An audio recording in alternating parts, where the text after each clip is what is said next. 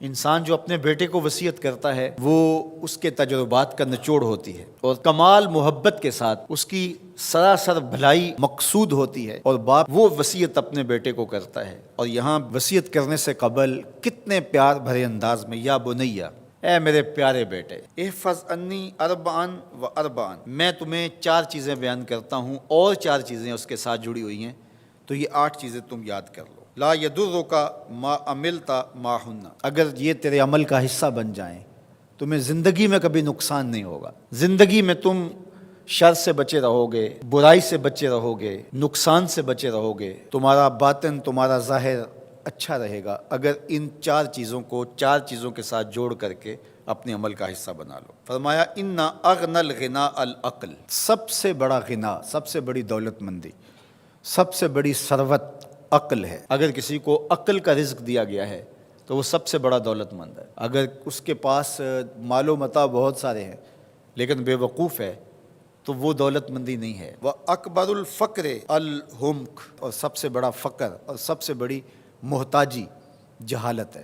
سب سے بڑی دولت مندی عقل ہے، اور سب سے بڑی غربت، سب سے بڑی غریبی اور سب سے بڑا فقر اور محتاجی بے وقوفی ہے۔ وَأَوْحَشَ الْوَحْشَةُ الْعُجْبُ، اور سب سے بڑی وحشت تنہائی عجب ہے، خود پسندی ہے، اپنے آپ کو دیکھنا کہ میں بہت کچھ ہوں۔ جو شخص اپنے آپ کو دیکھتا رہتا ہے اور وقت اپنے آپ کو ہی لوگوں کے سامنے پیش کرتا رہتا ہے بنا سنوار کے، وہ تنہا ہو جاتا ہے۔ لوگ اس کی ان خوبیوں کا بھی انکار کر دیتے ہیں جو خوبیاں واقعتاً اس کے اندر موجود ہوتی ہیں۔ اگر پاؤ ہے تو اپنے آپ کو سیر نہ بتاؤ، لوگ پاؤ کا بھی انکار کر دیں گے۔ تو جو جس حالت میں ہو وہی حالت لوگوں کے سامنے ہونی چاہیے، بلکہ اس سے اگر کم ہو۔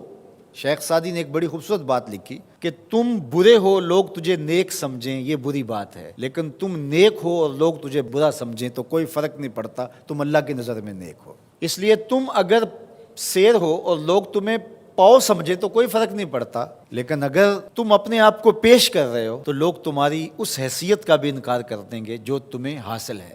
وَأَكْرَمُ الْحَسَبِ حُسْنُ الْخُلُقِ، سب سے اچھا جو حسب و نسب ہے وہ کیا ہے؟ میں فلاں ہوتا ہوں، میں فلاں ہوتا ہوں، میں فلاں کا بیٹا ہوں، فلاں قبیلے سے میرا تعلق ہے، میرا باپ بڑا امیر کبیر تھا۔ اپنا حسب نامہ اس طرح لوگ پیش کرتے ہیں، مجھے جانتے ہو کہ میں فلاں ابن فلاں ہوں۔ سیدنا علی المرتضیٰ فرماتے ہیں بہترین جو حسب ہے جو آپ پیش کرتے ہیں وہ کیا ہے؟ حسن الخلق، تمہارے اخلاق کیسے ہیں، تمہارا خلق گواہی دے گا کہ تم اچھے خاندان کے چشم و چراغ۔ مشکانست کے خود ببوئت نہ کہ عطار بگوئت۔ فارسی کا ایک مقولہ ہے کہ خوشبو وہ ہوتی ہے جو خود بتائے کہ میں خوشبو ہوں۔ خوشبو بیچنے والا بتاتا پھرے ذرا سونگھ کے دیکھیے یہ بڑی اچھی خوشبو ہے، ذرا سونگھیے، کہا یہ بتانے کی ضرورت نہیں۔ حضرت علی المرتضیٰ فرماتے ہیں تمہارے خلق کی خوشبو سے لوگ سمجھ جائیں گے یہ کون ہے، تمہارے اخلاق اتنے اچھے ہوں کہ لوگ پہچان جائیں تم کون ہے۔ تو بہترین حسب و نسب کیا ہے؟ اپنے بیٹے حضرت امام حسن رضی اللہ تعالیٰ عنہ کو بتا رہے ہیں، مجھے بتائیے امام حسن سے بہتر نسب اور حسب کس کا ہو سکتا ہے؟ رسول اللہ کی بیٹی کے بیٹے ہیں، امام الاولیاء کے فرزند ہیں، رسول اللہ کے نواسے ہیں، بنو ہاشم کے چشم و چراغ ہیں۔ تو انہیں یہ نہیں کہا کہ تم یہ بتاتے پھرنا، بلکہ کہا کہ تمہارا خلق گواہی دے کہ میں محمد کا نواسا ہوں، تمہارے اخلاق گواہی دیں کہ میں نے فاطمہ کا دودھ پیا ہے، تمہارا کردار گواہی دے، تمہاری شجاعت گواہی دے کہ تم علی کے فرزند ارجمند ہو۔ اللہ اکبر۔ پھر حضرت علی المرتضیٰ رضی اللہ تعالیٰ عنہ ان چیزوں کو بیان کرنے کے بعد فرماتے ہیں یا بنیا، اے میرے بیٹے، ایاک والمصادقہ الاحمق، بے وقوف شخص کی دوستی سے ہمیشہ بچنا۔ فإنہ یرید ان ینفعک فیضرک، وہ دل سے چاہے کہ تمہیں نفع پہنچائے لیکن اپنی جہالت کی وجہ سے، اپنی بے وقوفی کی وجہ سے تمہیں نفع نہیں پہنچا سکے گا، تمہیں نقصان پہنچا دے گا۔ کہا جاتا ہے کہ بے وقوف دوست سے دانا دشمن اچھا ہے، تو وہ اسی قول کا مفہوم ہے۔ آپ نے اپنے بیٹے حسن کو یہ نصیحت کی، یہ نصیحت پلے باندھنے، اور کبھی بھی جاہل اور بے وقوف سے دوستی نہ رکھیں، اس سے رویہ اچھا رکھیں، سلوک اچھا کریں، اس کے لیے خیر کا ذریعہ بنیں۔ آپ یہ مطلب نہیں کہ بے وقوف کو آپ سلام بھی نہ کریں، لیکن دوستی اعتماد آپ اس پہ نہیں کر سکتے۔ وَإِيَّاكَ وَمُصَادِقَةَ الْبَخِيلِ، اور بخیل سے کبھی بھی دوستی نہ لگانا۔ فَإِنَّهُ يَبْعُدُ عَنْكَ أَحْوَجَ مَا تَكُونُ إِلَيْهِ، اس لیے کہ جب تجھے انتہائی ضرورت کا وقت آئے گا تو وہ تجھ سے دور ہٹ جائے گا، اور تو اس پہ توقع لگائے ہوئے ہوگا کہ میرا دوست ہے اور اوکھے ویلے میرے کام آئے گا، لیکن اوکھے ویلے وہ کام نہیں آئے گا۔ تو بخیل سے دوستی کا رب نہیں رکھنا۔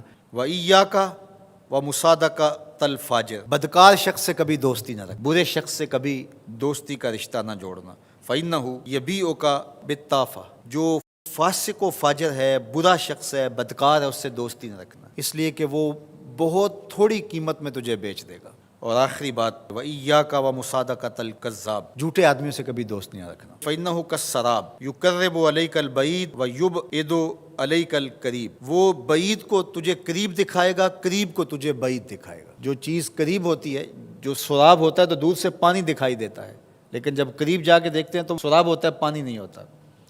تو کہا وہ بھی سراب کی طرح ہوتا ہے، کذاب، جھوٹ بولنے والا، جو تجھے وہ نقشہ کھینچے گا جو ہوگا نہیں، تجھے وہ چیزیں بتائے گا جو نفس العمل میں نہیں ہوں گی، اور تو ایک مغالطے میں مارا جائے گا۔ یہ ہے حضرت سیدنا علی المرتضیٰ رضی اللہ تعالی عنہ کے وہ اقوال نور، جن کی گہرائی، گیرائی اور حکمت سے بھرے ہوئے یہ کلمات سے پھوٹتے ہوئے اجالے ہماری زندگی کو ایک اسلوب دیتے ہیں۔